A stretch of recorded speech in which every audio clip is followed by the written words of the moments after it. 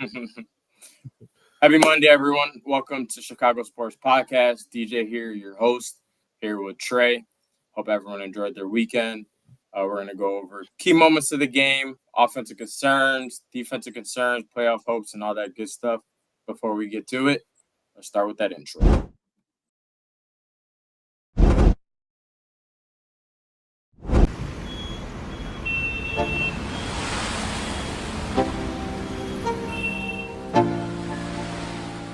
Let's go. Yo. Get up, nah, I ain't a quitter. Toss me the ball, I'm a really big hitter. Big picture, I'm a straight killer. Rising the song to the highest bidder. Got juice, got gas, I'ma move fast. New shoes, new tracks, like who's that? I'm new, come back, better than last. Yeah, it's a new me, never gonna look back. Never gonna look back. Cause damn, I was built to last. You move slow and I move fast. And that's facts.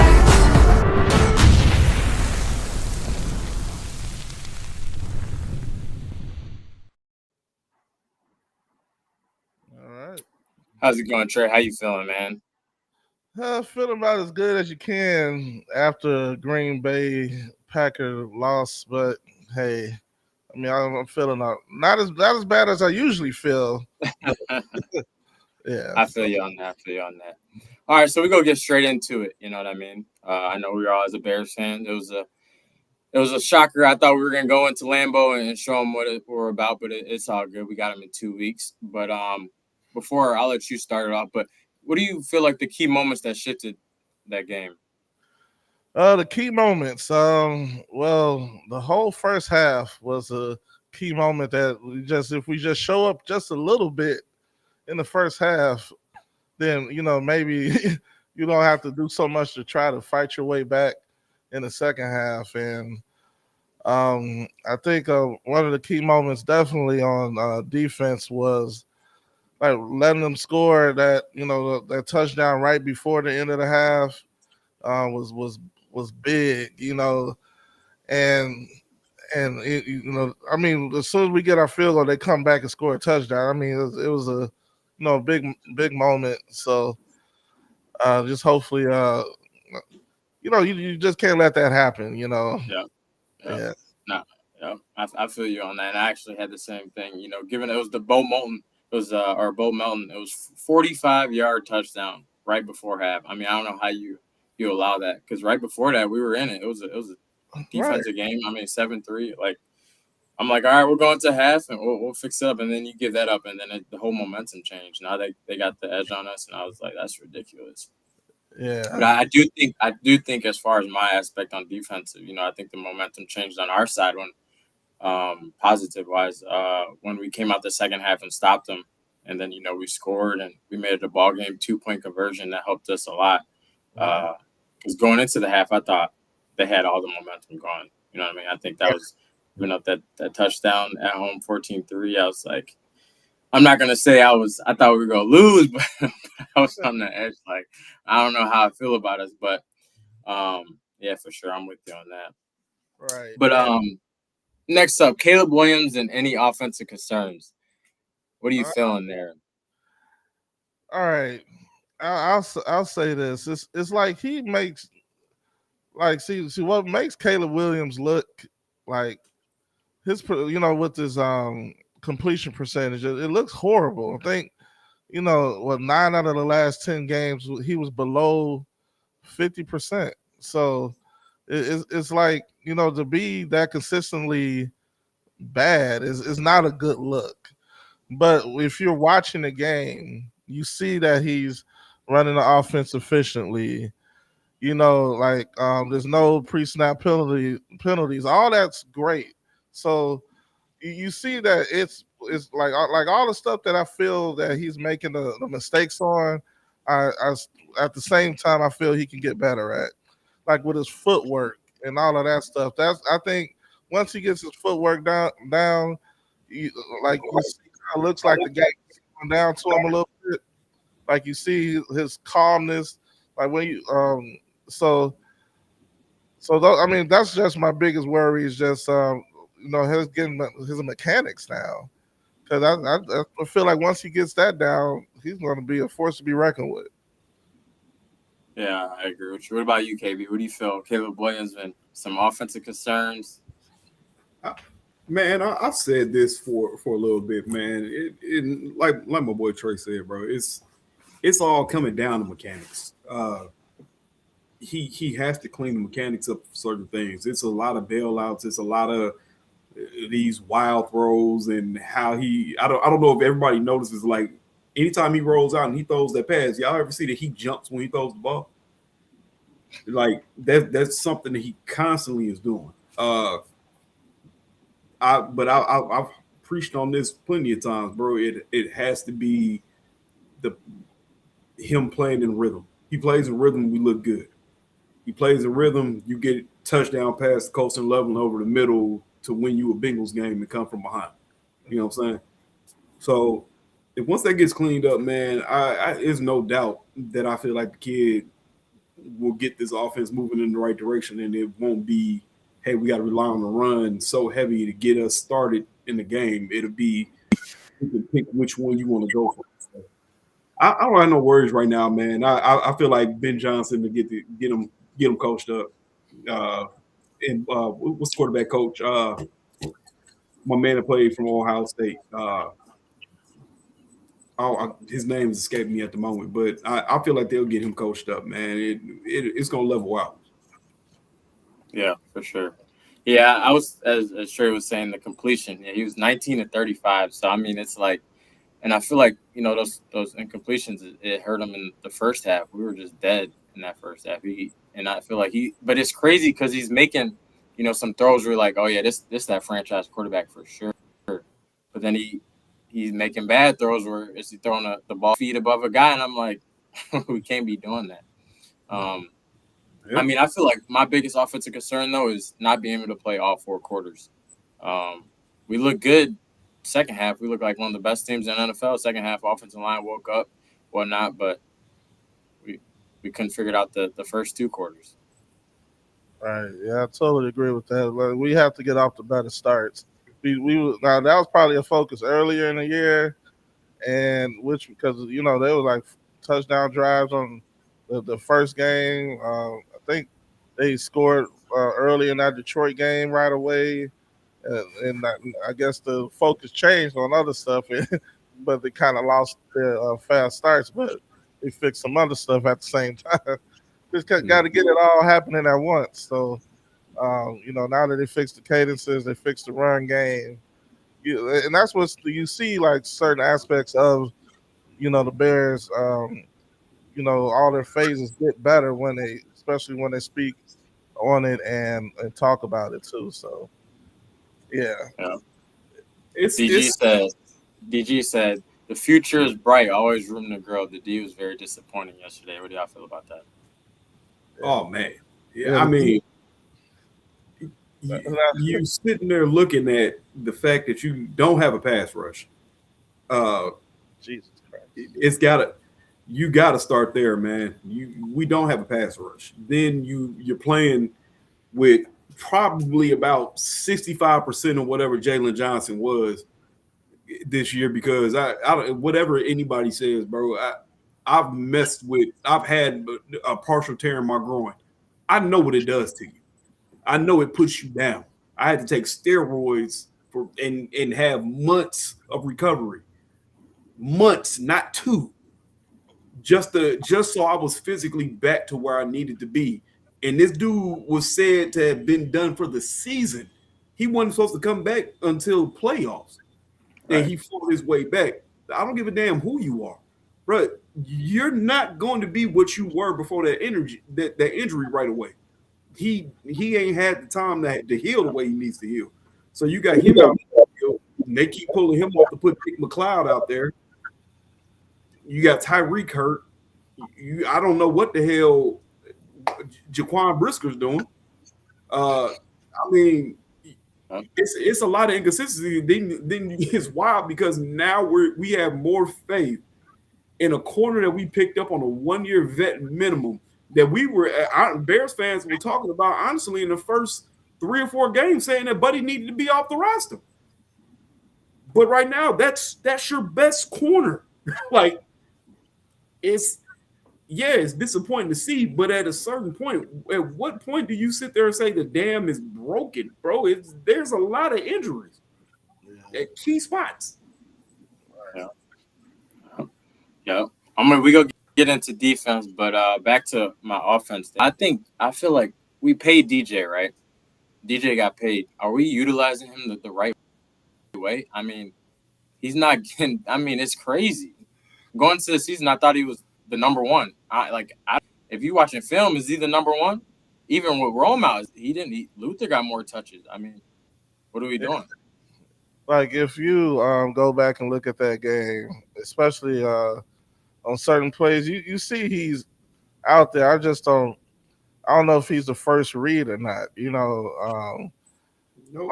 Like the last play of the game where Caleb threw the interception.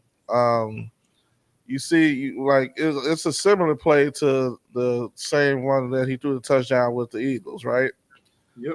So DeAndre Swift's the first read because they talked about it in the press conference. You see, he's covered. One of his options is to take off because there's only 1 yard they need. But he said, the angle of pursuit, He's being trailed. said this himself that he felt like he wasn't going to make it.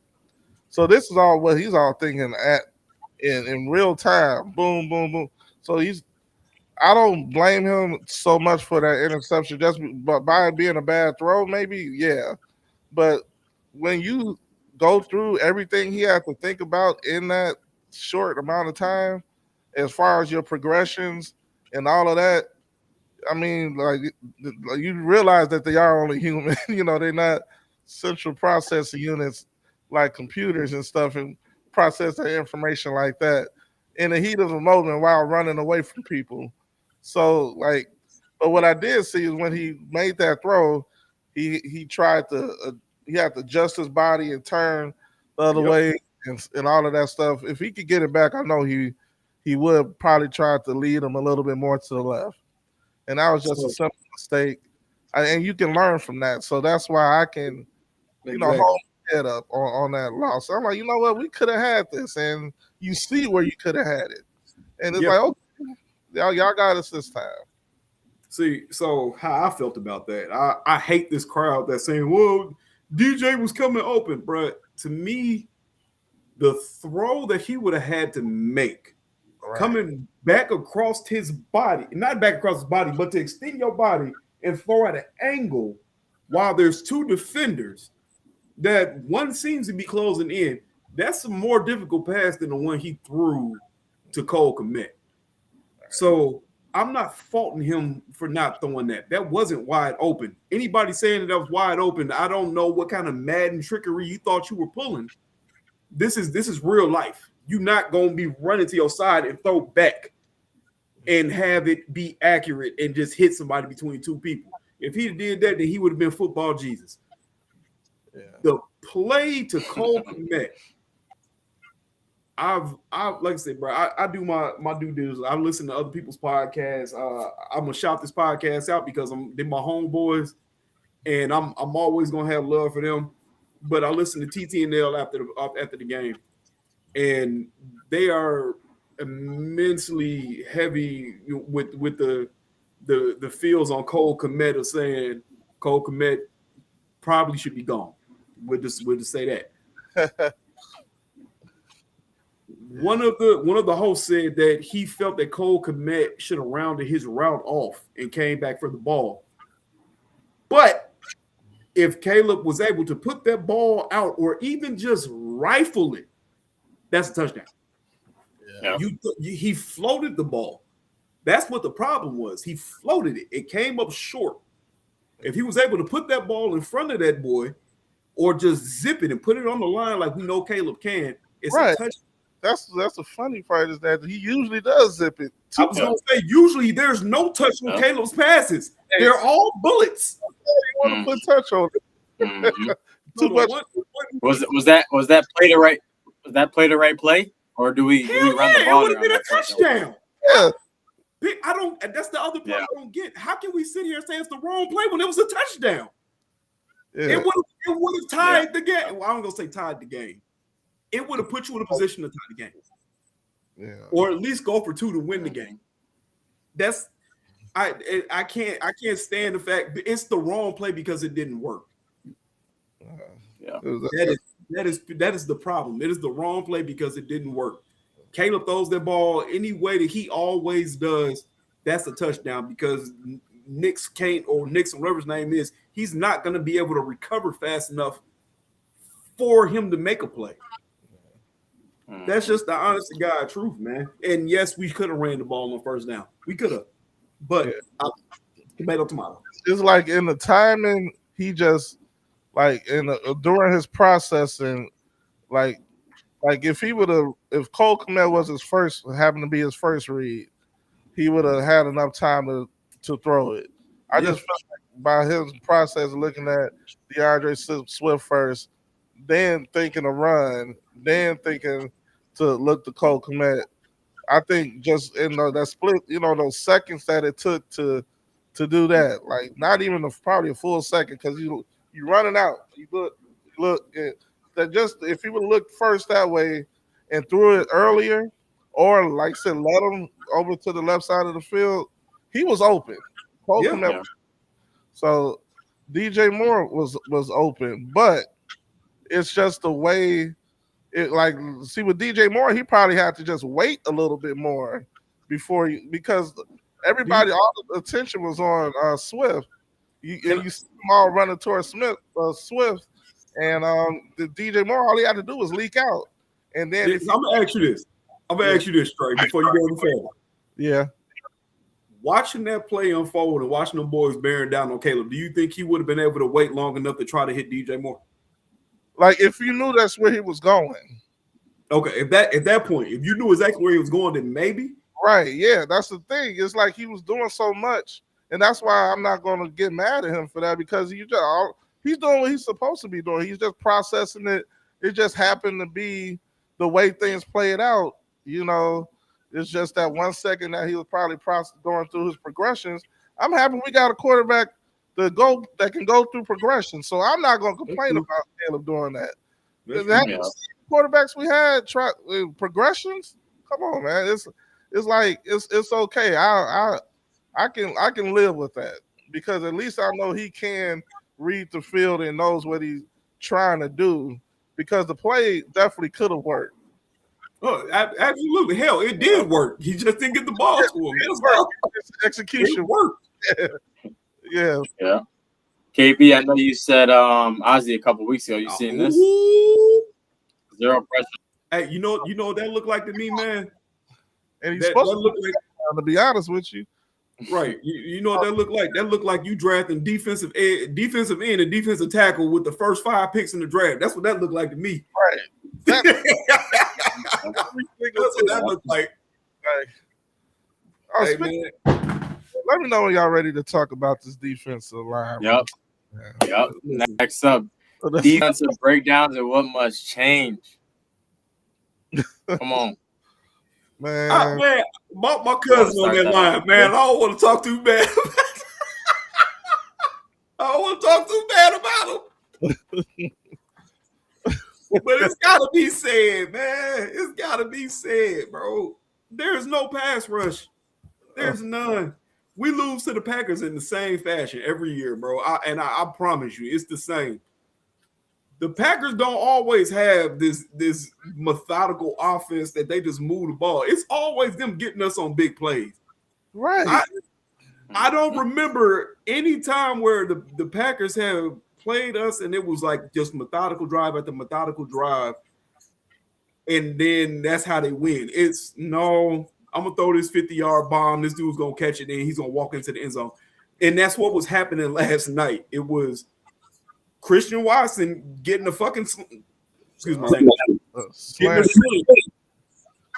taking it 60 yards to the house. And then it was, the lucky, I ain't going to say the lucky, it's the bomb at the end. That's how the Bears lose to the Packers every time. It's just weird to me. Oh, like Randall Kyle, Jordy Nelson, this goddamn slant. It's haunting me, man. They run 2 routes against us. Slants and go routes. That's it. I really felt like he did that on purpose. Like I mean, they're like, man, I'm so sick of this slant across. It works every time. Every time from 2025 to 2024 to 2023, all the way down to 2012. They've been getting us with the same two routes, bro, and it is so annoying. So annoying. Yeah, but it was insane to see the amount of pressure they could not get. I know he got sacked once, but I mean, the pressure they just could not get consistent pressure. And last week, I was like, y'all cannot let Jordan Love get comfortable back there because. And I think on one of those touchdown passes, he had to have like 7 seconds. Oh, bro, that was the bomb. He sat, bro. He literally sat back there. The thing that hurts my feelings, gets on my nerves, is he sits there and he does this. He just bounces, and then he lets the ball go. Like la la la, yeah, la la la. I'm like, and then when you they tried to blitz. When you bring in 2 blitzers, so you got 7 people trying to get to the quarterback and still no pressure. You just leaving defensive backs out there on the island, man. And it's like, what are they supposed to do? You leaving the backups to the backups out there with them at that point, bro. So it don't look good. How about that missed tackle by at the end of the game? You talking about the one that should have ended it on 3rd and whatever? They had Josh Nigga. Yeah. Hey man, that wasn't only Sweat. That was it was more, but he was there. He was the first one. Right there. Oh yeah, he got it. But come on, Dexter, you got to clean that up, bro. Come on now, you got to clean that up, bro. You hit him. I'm thinking they all just laying next to each other on the ground. I'm like, what happened? Yeah, so I think it was Dexter that came and took Sweat out. Yeah. So you tackle the wrong person, right? Bro, you tackle the fundamentals are being missed because if you wrap up and drive, he goes down. They kick a field goal. Right. You are putting them in a position to kick a field goal, and their kicker has been very iffy all year. All year, there could have been a chance. The way that the season has gone for the Bears, bro. They could have missed that. They could have missed that kick, and the Bears could have been playing to win the game. They could have absolutely missed that kick, and the Bears could have been playing to win the game. We would have had the ball with a chance to go up, with the touchdown. So, by them doing that, it really like gave us a chance to tie. We could have still went for the win. Yeah. With the with the 2-point conversion, but yeah, so yeah, this is crazy how it played out at the end. Thank you. My sister brought me something to eat. I want to give a big shout out to our sponsors, Donzo's Cards and Collections. Check them out at 219-781-9012. And then Scoreboard, you can reach them at bridgescoreboard.com and 219-924-2206. Hey Trey, she had me a place, bro. She said this on this play, brother. She made some desserts at what was it again?